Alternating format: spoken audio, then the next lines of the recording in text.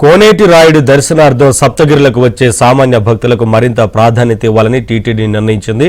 వేసవి సెలవులను దృష్టిలో ఉంచుకొని 2 నెలల పాటు బ్రేక్ దర్శనాన్ని కేవలం ప్రోటోకాల్ పరిధిలోకి ప్రముఖులకు మాత్రమే పరిమితం చేస్తూ నిర్ణయం తీసుకుంది.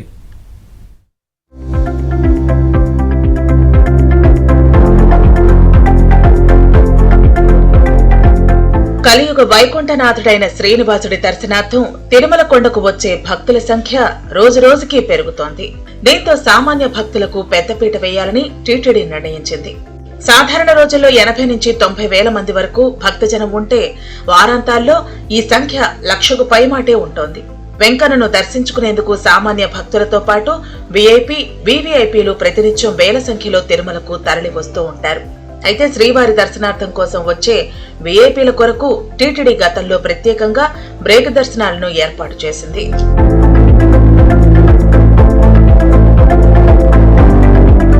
కాలక్రమేణా తిరుమలకు వచ్చే భక్తుల రద్దీ మరింత పెరుగుతూ వచ్చింది. దీంతో సామాన్య భక్తులకు శ్రీవారి దర్శన భాగ్యం కల్పించాలని టీటీడీ సంకల్పించింది. ఈ క్రమంలో ప్రతి శుక్ర, శని, ఆదివారం రోజుల్లో సాయంత్రం వేళల్లో బ్రేక్ దర్శనాలను రద్దు చేసింది. దీంతో 15,000 మందికి పైగా సామాన్య భక్తులు అదనంగా వెంకన్నను దర్శించుకుంటున్నారు. అయితే సెలవు దినాలలో భక్తుల తాకిడి మరింత అధికంగా ఉండటంతో శ్రీవారి దర్శన భాగ్యం కల్పించడం టీటీడీకి కష్టసాధ్యం అవుతోంది.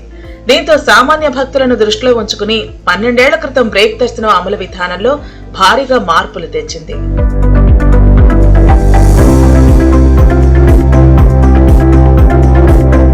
మే 1 నుంచి బ్రేక్ దర్శనాన్ని కేవలం ప్రోటోకాల్ పరిధిలో ప్రముఖులకు మాత్రమే పరిమితం చేస్తూ నిర్ణయం తీసుకుంది.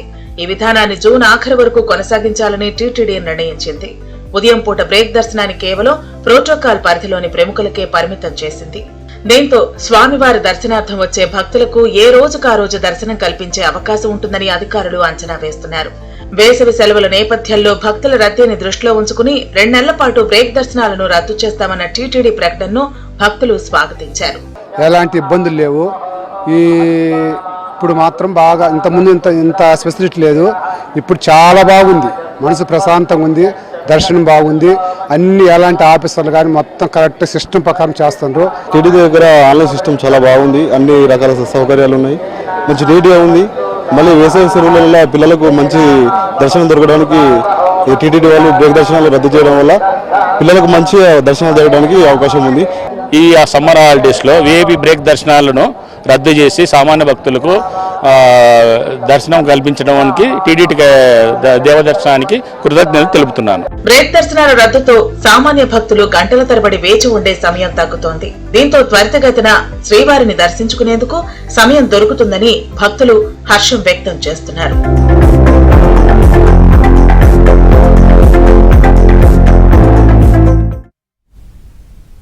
వరాహలక్ష్మి నరసింహుని చందనోత్సవ ఏర్పాట్లను ఏపీ హోంమంత్రి అనిత సమీక్షించారు. భక్తులు ప్రశాంతంగా దర్శనాలు చేసుకునేలా ఏర్పాట్లు చేస్తున్నామని తెలిపారు. ఈ ఏడాది 2 లక్షల మందికి పైగా భక్తులు వస్తారని అంచనా వేస్తున్నామన్నారు. అంతరాలయ దర్శనాలు ఉదయం 6 గంటలతో ముగుస్తాయని అనిత స్పష్టం చేశారు.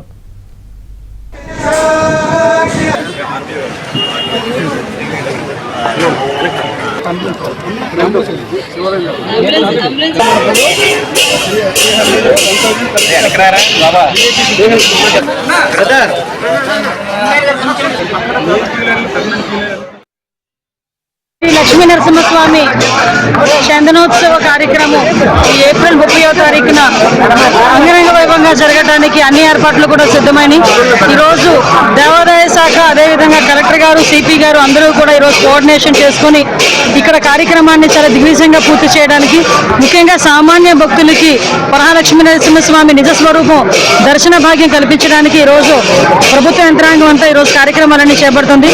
దానిలో భాగంగానే ఈరోజు ఒకసారి క్యూ లైన్లు ఎన్ని చేశారు, అదేవిధంగా వాళ్ళకి భక్తులకు కావాల్సిన ఫెసిలిటీస్ అన్నిటి మీద నేను, కలెక్టర్ గారు, సిపి గారు ఇక్కడికి వచ్చి, అదేవిధంగా రవితేజ ఇక్కడికి వచ్చి ఈ కార్యక్రమాన్ని అన్నిటి కూడా చూడటం జరిగిందండి. ముఖ్యంగా మీకు అందరికీ తెలుసు, ఎప్పుడూ కూడా చరిత్రలో జరిగినట్టుగా లాస్ట్ 5 మంత్రులు ఇక్కడ ఒక గ్రూప్ ఆఫ్ మినిస్టర్స్ వచ్చి, రెవెన్యూ మినిస్టర్ గారు, నేను, ఎండోమెంట్ మినిస్టర్ గారు, అదేవిధంగా ఇన్ఛార్జ్ మినిస్టర్ గారు అందరం కూడా ఇక్కడికి వచ్చి ఈ కార్యక్రమాలన్నీ దిగ్విజయంగా పూర్తి కావాలి, ఎక్కడ కూడా భక్తులకు ఇబ్బంది రాకూడదు అని చెప్పి చిన్న మైన్యూర్ ఇష్యూస్ గురించి కూడా మేము ఆ రోజు రివ్యూ చేసుకోవడం జరిగింది.